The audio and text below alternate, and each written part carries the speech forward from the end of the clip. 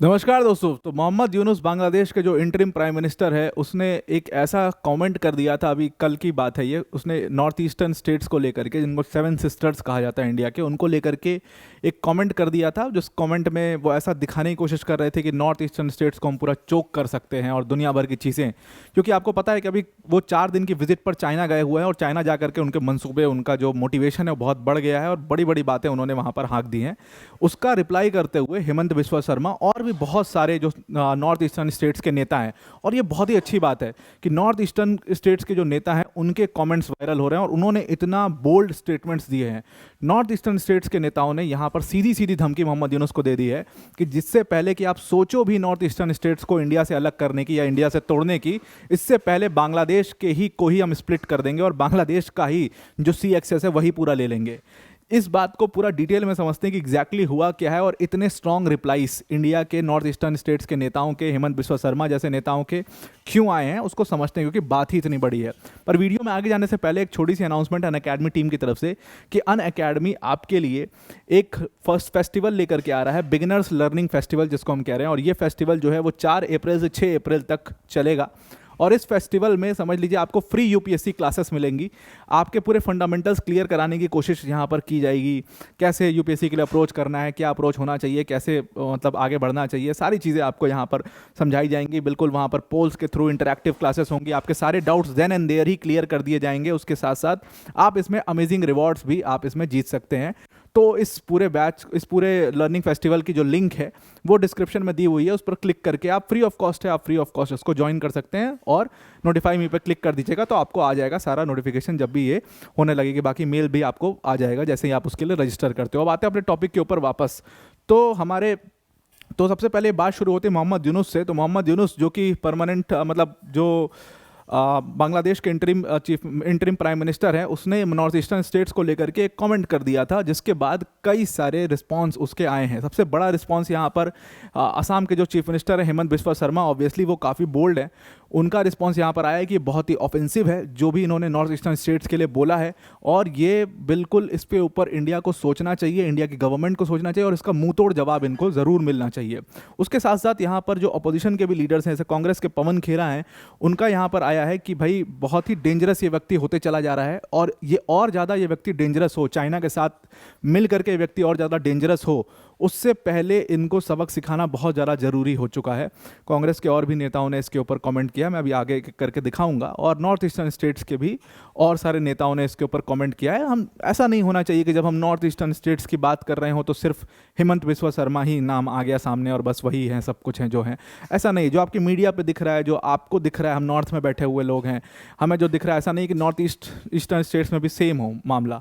तो सबके बारे में आपको बातचीत करनी चाहिए, तो वो चीज़ करेंगे। सबसे पहले समझते हैं कि मामला शुरू कैसे होता है। तो ये आपने समझाई, हमने कवर भी किया था इसको अपने चैनल पर। तो ये मामला शुरू होता है मोहम्मद यूनुस से। मोहम्मद यूनुस एक्चुअल में 4 दिन की ट्रिप पर चाइना गए हुए हैं और उस ट्रिप पर चाइना में गए हुए थे जब वो, तो वहाँ पर वो एक स्पीच दे रहे थे और यही स्पीच उनकी बहुत ज़्यादा वायरल हुई। उस स्पीच के दौरान उन्होंने हमारे इंडिया के नॉर्थ ईस्टर्न स्टेट्स की बात करी, जिनको हम 7 सिस्टर्स भी कहते हैं। अब ये 7 सिस्टर्स जो स्टेट्स हैं, इनकी एक्चुअल में देखो कनेक्टिविटी थोड़ा इंडिया से नेचुरली बहुत ईजी नहीं है और बीच में बांग्लादेश पड़ जाता है, तो इनकी कनेक्टिविटी बहुत मतलब एक पतले कॉरिडोर के थ्रू होती है, जिसको आप सिलीगुड़ी कॉरिडोर कहते हो, जिसको जो दुश्मन कंट्रीज़ हैं वो चिकन स्नैक कॉरिडोर भी कह देती हैं। चिकन स्नैक कॉरिडोर क्योंकि वो चिकन की नेक जितना पतला है इसलिए इसको कह देते हैं। तो मतलब कनेक्टिविटी का एक इशू हमेशा से रहा है। हालांकि उसको बूस्ट करने के लिए इंडिया हमेशा से कोशिश कर रहा है कि कनेक्टिविटी और कैसे बढ़ाएं, रेल रोड्स और तमाम तरीके की रोड्स को कैसे मतलब नॉर्थ ईस्टर्न स्टेट तक ले जाएँ, उसके लिए इंडिया हमेशा कोशिश कर रहा है। बट हमारी कोशिश वहाँ पर विफल हो जाती है जहाँ पर बांग्लादेश हमसे फ्रेंडली नहीं है। अभी क्यों फ्रेंडली अगर नहीं होगा बांग्लादेश तो हमारे लिए दिक्कत है, वो अभी आप समझ जाओगे। तो खैर मोहम्मद यूनुस ने 7 सिस्टर स्टेट्स की बात करी और उन्होंने कहा कि देखो ये 7 सिस्टर स्टेट्स जो हैं इंडिया के, ये नॉर्थ ईस्टर्न स्टेट्स, ये लैंड लॉक्ड हैं और लैंड लॉक्ड होने की वजह से इनको हमेशा बांग्लादेश की ज़रूरत पड़ेगी। और बांग्लादेश क्या है, बांग्लादेश के पास पूरा सी एक्सेस है और इसीलिए बांग्लादेश जो है वो गार्जियन ऑफ ओशियंस है। अब बांग्लादेश के पास सी एक्सेस मतलब बे ऑफ बंगाल का एक्सेस है, जिसके थ्रू आप इंडियन ओशियन में जाते हो। इसीलिए बांग्लादेश के मोहम्मद यूनुस ने कहा कि हम तो गार्जियन ऑफ ओशियन हैं, और इन 7 सिस्टर्स को हमेशा अगर ओशियन में जाना है, हमेशा अगर सी एक्सेस चाहिए, तो इनको बांग्लादेश की ज़रूरत पड़ेगी। और चाइना के लिए ये बांग्लादेश एक बहुत ही अच्छी अपॉर्चुनिटी हो सकती है। बेसिकली वो जी जिनपिंग को खुश कर रहे थे कि भाई आओ और बांग्लादेश में इन्वेस्ट करो, मतलब हमारे ऊपर कुछ उद्धार करो, पैसा वैसा दो, जैसे पाकिस्तान को पाल रहे हो वैसे हमको भी पालो। वही काम मोहम्मद यूनुस यहाँ पर जी जिनपिंग को कह रहे थे कि ये रीजन जो है बांग्लादेश का आपके लिए बहुत अच्छा अपॉर्चुनिटी हो सकता है, और चाइनीज़ इकॉनमी के लिए भी ये बहुत हेल्पफुल हो सकता है। अब यहाँ पर देखो, उनको अपना रिलेशन बनाना था चाइना से, आप बनाओ, आप उनसे भीख मांगो, आप उनसे लोन मांगो, हमें कोई दिक्कत नहीं है। लेकिन यहाँ पर 7 सिस्टर स्टेट्स का लैंडलॉक्ड होने का जो उन्होंने ये बात कही, ये कुछ समझ में नहीं आई कि ये क्यों कहा गया। अब इसको अगर आप समझो, थोड़ा सा एनालाइज करो, तो ये समझ में आता है कि इन 7 सिस्टर स्टेट्स को ज़रूरत है बांग्लादेश की कि सी एक्सेस के लिए। और अगर बांग्लादेश में चाइना पहुंचा होगा तो इंडिया जो है वो चाइना के ऊपर डिपेंडेंट होगा, चाइना की एक डोमिनेंट पोजीशन होगी इस पूरे रीजन के अंदर में।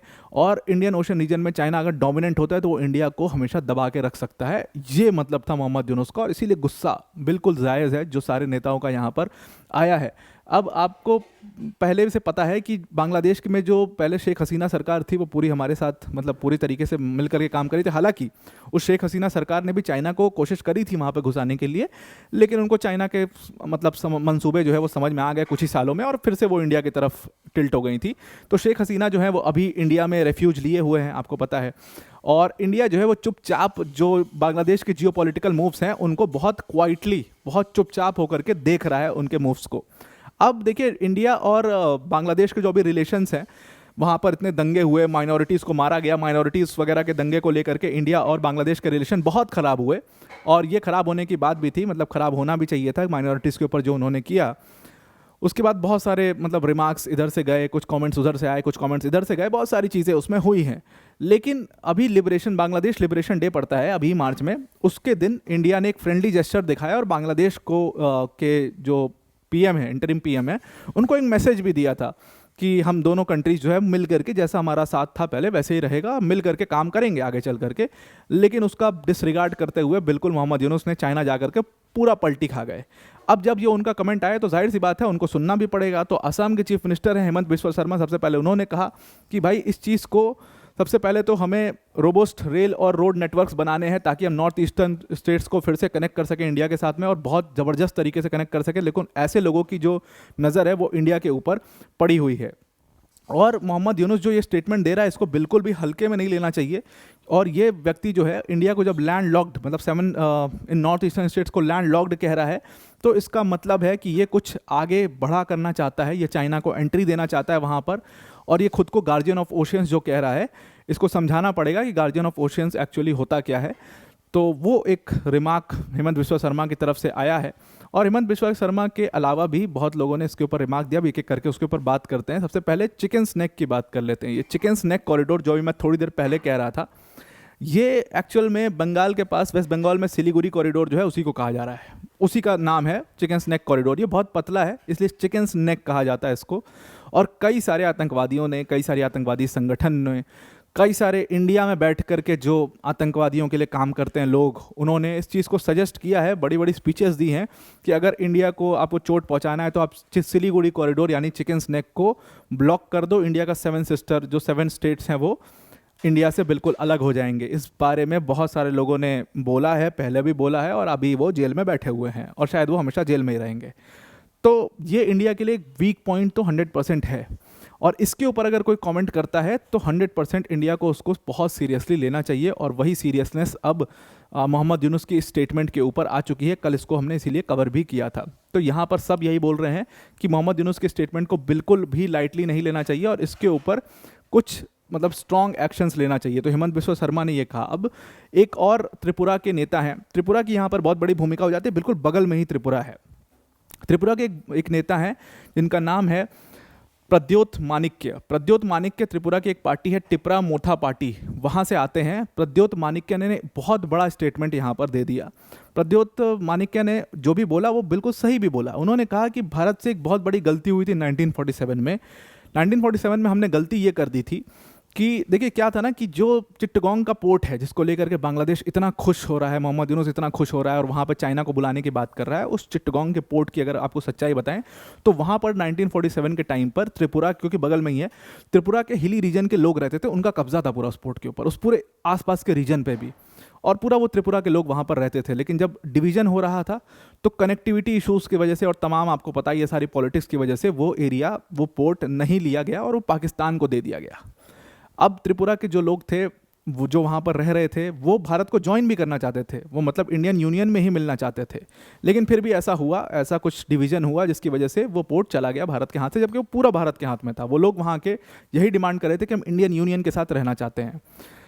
उसके बाद क्या हुआ कि फिर ये पूरा जब पोर्ट चिट्टगोंग का चला गया, जिसको लेकर के इतना मोहम्मद यूनुस खुश हो रहा है, उसी पर ये बात, मतलब त्रिपुरा के बड़े नेता हैं प्रद्योत माणिक्य, उन्होंने ये बात कही कि उस सबसे पहले हमारी मिस्टेक तो ये थी, अब दूसरी मिस्टेक हमें नहीं करनी चाहिए। दूसरी मिस्टेक हमें इसलिए नहीं करनी चाहिए क्योंकि ये जो लीडर है मोहम्मद यूनुस, सबसे पहले तो उन्होंने उसको खड़ी खोटी सुनाई कि भाई ये 85 साल का लीडर है और इसका अभी खुद का परमानेंट नहीं है सरकार, ये इंटरिम गवर्नमेंट बना करके बैठा हुआ है और इलेक्शन नहीं करवा रहा है वहाँ पर, खुद ही एक मतलब डेमोक्रेट कह के आया था और पूरा खुद ही डिक्टेटर बन गया वहाँ का। लेकिन उन्होंने बहुत स्ट्रॉन्ग स्टेटमेंट ये दिया कि भाई आप, हेमंत बिस्वा शर्मा सही कह रहे हैं कि हमें कनेक्टिविटी बढ़ानी चाहिए और सब रेल रोड सब कुछ बनवाना चाहिए, लेकिन उसमें लगेंगे लाखों रुपए, उसमें billions and billions of money लगेंगे। उस बिलियंस ऑफ बिलियंस को इन्वेस्ट करने से अच्छा ये ना हो कि बांग्लादेश का जो चिट्टगोंग पोर्ट है, जो पूरा वो एरिया है, उसी को स्प्लिट करके वो इंडिया में मिला लिया जाए, वही हम ले लेते हैं। तो यहाँ पर उन्होंने जब ये बात बोली प्रद्योत माणिक्य ने, तो मोहम्मद यूनुस अगर ये बात सुनेंगे तो उनके हाथ पाँव यहाँ पर फूल जाएंगे, क्योंकि ये उसी पोर्ट को लेने की बात कर रहे हैं जहाँ पर मोहम्मद यूनुस जहाँ का हाँक क्या है कि भाई चाइना को यहाँ पर एक्सेस दे दो। ये कह रहे हैं स्प्लिट करके वही पोर्ट इंडिया में मिला लो। 71 में भी हमारे पास मौका था, 71 में भी हमने नहीं किया, और ये अनग्रेटफुल लोग हैं, इनके ऊपर और एहसान नहीं करना चाहिए। वो पोर्ट भारत में मिला लो, वो पूरा एरिया कब्जा कर लो।